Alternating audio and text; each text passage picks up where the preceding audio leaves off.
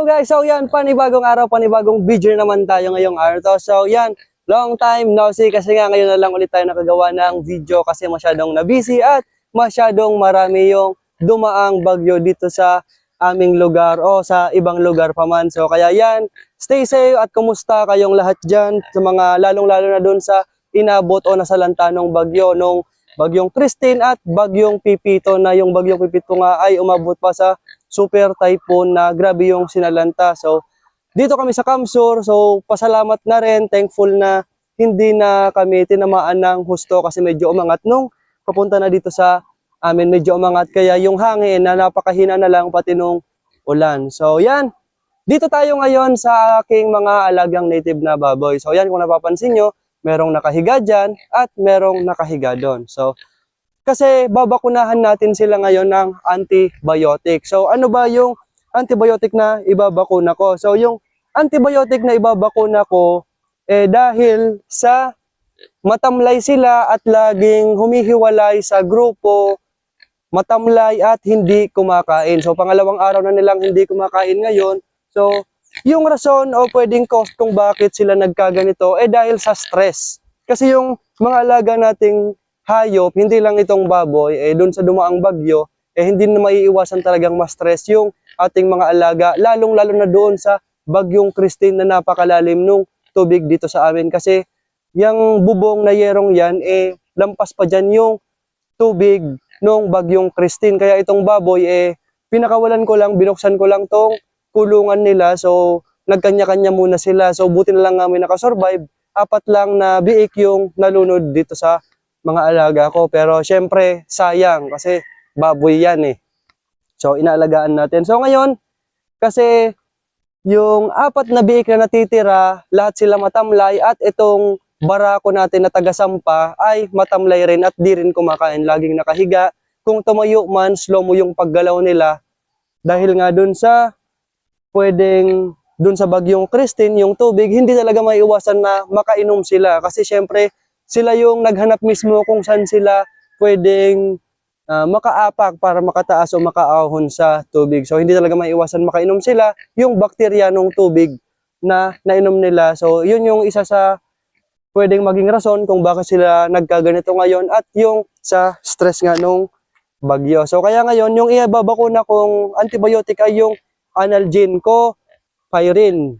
So yan, ito yung ibabakuna ko dun sa lahat ng matatamlay. So meron tayo ditong dalawang hindi matamlay, maganda naman yung kalagayan. Kaya lang, hindi natin sila pwedeng bakunahan nitong antibiotic kasi buntis yung dalawa. So yung isa manganganak sa katapusan ng December, next month na. Yung isa naman sa next year pa sa January, sa kalagitnaan ng January pa manganganak. So kaya ngayon, yung may mga sakit lang yung babakunahan natin nito. So yan, setup ko lang, mapakita ko sa inyo kung paano yung pag-administer natin nito.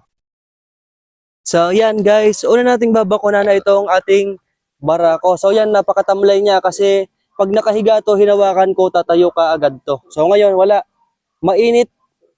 Hindi naman siya ganun kainit. So yung ibabakuna ko sa kanya ay 2.5 ml kasi yung administration nitong antibiotic na ibibigay ko sa kanya ay sa kada 10 kilos, 1 ml nito. So, nasa 20 to 25 kilos to. Kaya bibigyan ko ng 2.5 ml. So, pig! Wag! So, ngayon, ibibigay ko lang dito sa side. Pahigain lang natin. So, sana gumaling kasi sayang. So, para hindi siya magulat, likot-likotin nyo na kung saan nyo itutusok para hindi siya mabigla. So, tinutusok-tusok ko lang ng daliri ko, ganyan lang. Para pag tinusok yung karayom, hindi siya masyadong mabibigla o masasaktan. So, ganun lang. Wag nyo pag tinusok nyo, wag nyo munang pipigain kasi baka biglang lumikot, maputol yung karayom sa loob ng katawan niya. So, yan. Ganun lang. Kabilis. Tapos, konting himas. So, sana nga gumaling. Pati yung mga biik natin. Makikita nyo yung kung kalagayan nila kasi nandun sila sa kabilang sulok. So, 1.5 ml na tayo. Ito naman 1 ml. So dito ko na lang rin ituturok kasi ayan, dito na lang pala sa kabila para kabilaan. So tulad ng dati, kailangan nyo lang likot-likotin na, pig, no! Pig! So yan, pinaglalaroan na yung aking cellphone. Pig! Pig! Pig! Ay! Oh, yun. So yan, tinumba na, no? Ating baboy. So yan yung ating inahing baboy. Kukulit. So buti lang hindi tinamaan ng sakit. So ganun rin, tusok-tusok ka unti. Ayun, tumayo na.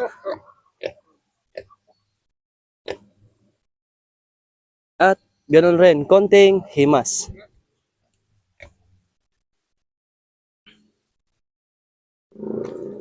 So, yan.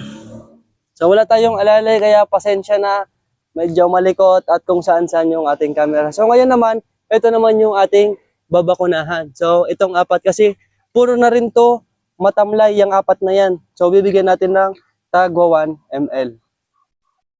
So, yan. Set up at mag-inspire muna ako ng gamot. So, yan. Ngayon naman yung mga biik na yan, yung apat na yun, yung babakunahan ko naman kasi tapos na nating bakunahan yung ating bur. So ngayon, dito, depende, yung pagbakuna ko, para yung yan, mailap, huhulihin ko, babakunahan ko na lang sa pigi kasi bubuhatin ko. Pero kung ganito, mahina, dito makbo, kung kaya sa liig. Pig. Ganoon rin, tumakbo rin. So, kahit pa paano magandang sign kasi medyo alert pa rin naman sila kahit may nararamdaman. So, yung mahirap, huhulihin natin para maturukan.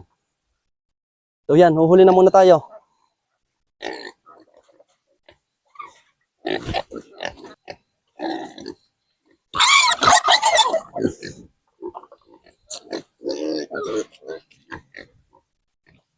So yan, pahirapan sa paghuli kapag walang katulong.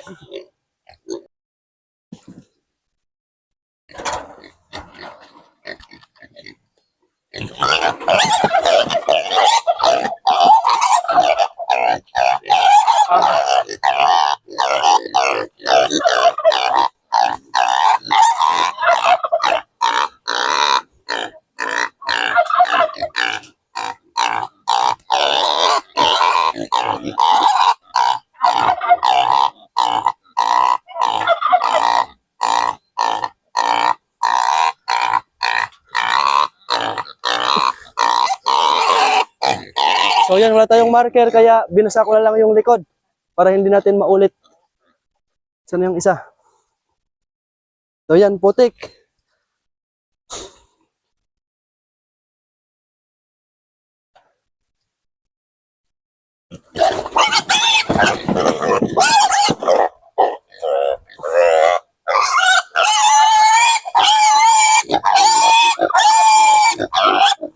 Hey!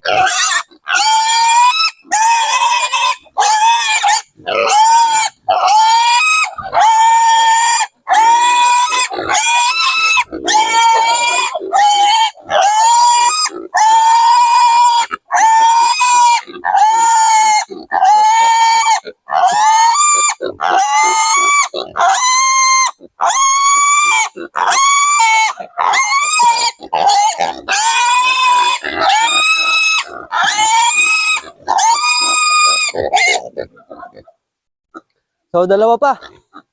So, para hindi na masyadong mahaba yung video, ako na lang yung magbabakuna dito. So, hindi natin nabakunahan sa liig kasi nga medyo mailap, nakakahingal.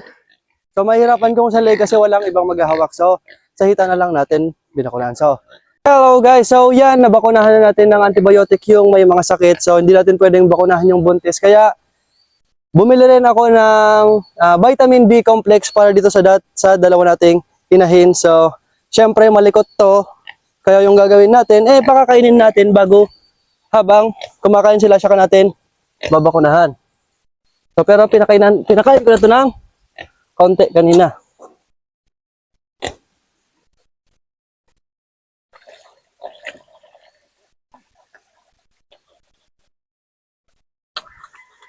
So yan, para mabakunahan natin ng maayos. Ganon rin, kailangan tusok-tusokin rin natin ng daliri para di sila mabigla.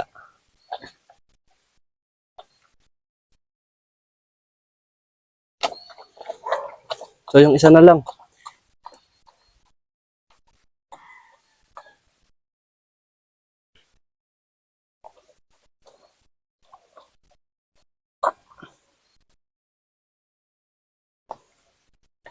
Pig! Para di siya gumalaw, baka maputol yung karayom.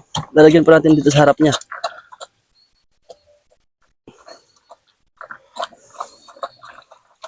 So, ganun lang kabilis yung pagbabakuna at ganun rin lang naman yung diskarte. So, once kasing bakunahan natin yung dalawa na buntis ng antibiotic, ay pwedeng maging cause yun ng abortion nung ating dalawang inahing buntis. Kaya, yan, i-isolate na lang natin to, ihiwalay natin dito sa may mga sakit para din na mahawaan kasi syempre buntis to, saka wala silang nararamdaman. So, ito lang para prevention na rin nung stamina nila sa sakit. Kaya ito, babakunahan ko rin ulit ng multivitamins, vitamin B complex rin ulit. So, yan. Hanggang doon na lang muna guys. Bye-bye!